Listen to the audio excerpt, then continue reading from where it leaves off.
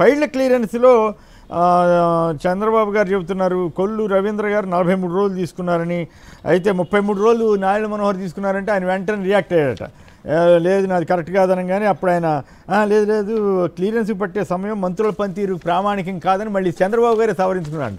మొత్తం మీద నారాయణ మనోహర్ గట్టిగానే రిప్లై ఇచ్చినట్ల వేరే పార్టీ కాబట్టి చెప్పగలిగాడు. తెలుగుదేశం వాళ్ళేమో మాట్లాడకుండా కిక్కురు మనకుండా ఉండే పరిస్థితి అనుకుంటా మంత్రులు. మరి పవన్ కళ్యాణ్ గారు ఎన్ని ఫైళ్లు క్లియర్ చేశారన్న దాని మీద ఎక్కడ వార్త వచ్చినట్లేదు. మీ దృష్టికి ఏమైనా వచ్చిందా? కిందసారి ఆయన దగ్గర కొన్ని వందల వేల ఫైళ్లు పెండింగ్లో ఉన్నట్లుగా ప్రచారం జరిగింది కదా, ర్యాంకు కానీ ఇతరత్ర. ఒక విషయం దాంట్లోకి వస్తారండి. ఇప్పుడు ఆయన ఎవరో ప్రస్తావించారు నా పేరు. నేను ఎప్పుడైనా మాట్లాడే విషయాల గురించి ఎప్పుడైనా మాట్లాడడానికి నేను సిద్ధంగా ఉన్నా. నేను మాట్లాడే దాంట్లో తప్పు ఉందనుకుంటే చర్చిస్తాను నేను. కాకపోతే ఈ డిబేట్లో అయితే టైం వేస్ట్ అవుతాడు. రెండు, ఈ ఫైల్ క్లియరెన్స్ అనేది 4-5 మాసాల క్రితం వరకు ఒకసారి ఇట్లాగే చెప్పారు. అప్పుడు వెనకబడింది ఎవరు? పవన్ కళ్యాణ్ గారు. ఇప్పుడు ఆయన పేరు ప్రస్తావించారు. కొల్లు రవీంద్ర గారు మీకు కావాల్సిన ఆత్మీయుడు, ఆప్తుడు. ఆయన చాలా పెద్ద మాటలు మాడతారు. ఆయన గురించి మరి ఎందుకు మందలించలేదు? ఫైల్ త్వరగా క్లియర్ చేయాలని అది చెప్పరు. అందువల్ల ఊరికే పైగా ప్రామాణికం కాదని చెప్తాడు ముఖ్యమంత్రి గారు. కేవలం మంత్రుల్ని బెదిరించడానికి తప్ప మరొకటి కాదండి. రెండోది నేను ఇంకో మాట చెప్తానండి. ఆరోపణలు నేను మాట్లాడినా ఉండే, వెల్లంపల్లి గారు మాట్లాడినా, ఇంకోళ్ళు మాట్లాడినా ఉండే, ఎవరు మాట్లాడినా నేను స్ట్రైట్ గా 2 క్వశ్చన్లు వేస్తాను.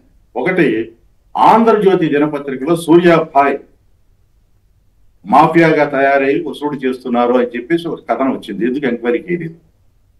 రెండు, దేవినేని ఉమామహేశ్వరరావు గారు పోలవరం ఎమ్మెల్యే గురించి 100 కోట్లు సంపాదించాడు సంవత్సర కాలంలో అని చెప్పి ఆరోపణ చేస్తూ వీడియో బయటకు వచ్చింది, ఆడియో.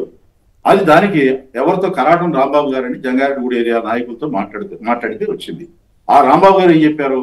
ఆ ఆడియో నేను రిలీజ్ చేయలేదు, ఆయన చేశాడని చెప్పాడు. మరి ఎందుకు ఎంక్వైరీ చేయలేదు? రైట్. అందువల్ల ఎంక్వైరీలు చర్యలనే ఆయన తీసుకోరండి ముఖ్యమంత్రి గారు.